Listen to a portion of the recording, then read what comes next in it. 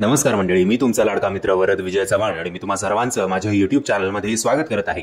मंडळी, येत्या 26 एप्रिल 2024ला महेश मांजरेकरांच्या जुनं फर्निचर या सिनेमाबरोबर कम्पीट करायला मैदानात उतरलेली आहे लेक असावी तर अशी हा सिनेमा. आता याचा जेव्हा टीजर आला होता तेव्हा सुद्धा मी म्हटलं होतं की माहेरच्या साडीसारख्या बॉक्स ऑफिस गाजवणारा सिनेमा दिल्यानंतर 33-34 वर्षानंतर माहेरच्या साडीचे निर्माते आणि डिरेक्टर विजय कोणके सर पुन्हा एकदा कमबॅक करण्यासाठी सज्ज झालेले आहेत आणि त्यांचा नवा कोरा सिनेमा आहे लेक असावी तर अशी. आता जेव्हा या सिनेमाचा टीजर आला होता तेव्हा मी म्हटलं होतं की माहेरच्या साडीचेच वाईब्स असे येत आहेत, थोडे ज्या प्रकारची गाणी आपल्याला ऐकायला मिळत आहेत.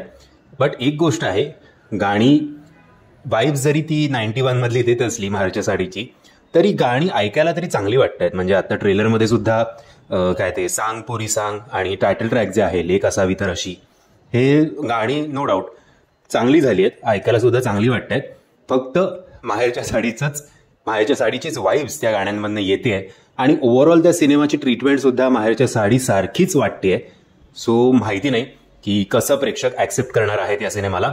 आता ट्रेलरमधनं मला अख्खी स्टोरी कळलेली नाहीये, तशी थोडं काय काय कन्फ्युजन्स आहेत की यतीन कारेकर आणि शुभांगी गोखले यांची ही आपली नायिका सून असते की मुलगी असते, की त्यांनी काही कारणास्तव कमलेश सावंत आणि सुरेखा कुडचींकडे स्वतःच्या मुलीला ठेवलेलं असतं, किंवा ती त्यांची कुठल्या तरी वेगळ्या संबंधातून आलेली मुलगी आहे का, काही वर्षानंतर जेव्हा ती मोठी झाली तेव्हा ते पुन्हा स्वतःच्या पदरी तिला घेतायत का, की ती सून म्हणून यांच्याकडे येते. आय गेस सून म्हणूनच असावी.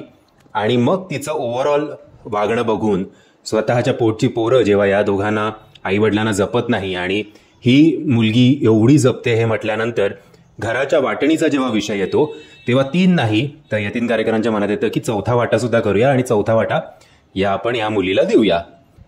सो जर तुम्ही अशी असावी सासू हा सिनेमा बघितला असेल, तिकडे सुद्धा असंच काही काही गिमिक्स होते प्रेक्षकांच्या डोळ्यात पाणी आणण्यासाठी, आणि माहेरच्या साडीचं तुम्हाला सगळ्यांनाच माहिती आहे. सो हे मला असं वाटतंय ओव्हरऑल इन्स्टिंक्ट वाईज की माहेरच्या साडी प्लस अशी असावी सासू याचं एक कॉम्बिनेशन असणारा हा सिनेमा, या सिनेमाची कथा आहे.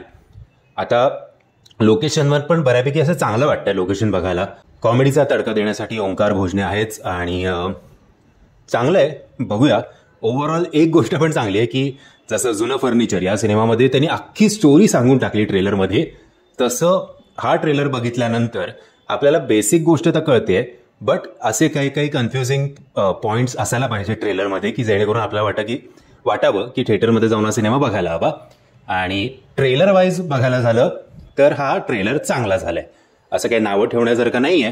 परंतु जो माझा एक नेहमीचा पॉइंट असतो की 2024च्या मनाने हा सिनेमा कितपत प्रेक्षकांच्या पसंतीस उभा राहील याबद्दल जरा शंका आहे. तुम्हाला याचं काही असं खात्रीलायक उत्तर तुमच्याकडे असेल तर जरा कमेंटच्या माध्यमातून कळवा.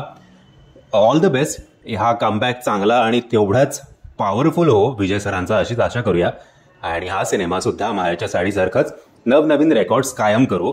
आणि माझं जे म्हणणं होतं की 2024च्या मनाने हा सिनेमा प्रेक्षकांना किती आवडेल नाही आवडेल माहिती नाही, ते म्हणणं खोटं ठरो आणि प्रेक्षकांनी या सिनेमाला भरभरून प्रतिसाद द्यावं अशी आशा करूया. म्हणजे जर हा ट्रेलर बघितला नसेल तुम्ही तर त्याची लिंक मी तुम्हाला खाली डिस्क्रिप्शन बॉक्समध्ये देतोय. मी आशा करतो तुम्हाला हा व्हिडिओ आवडला असेल.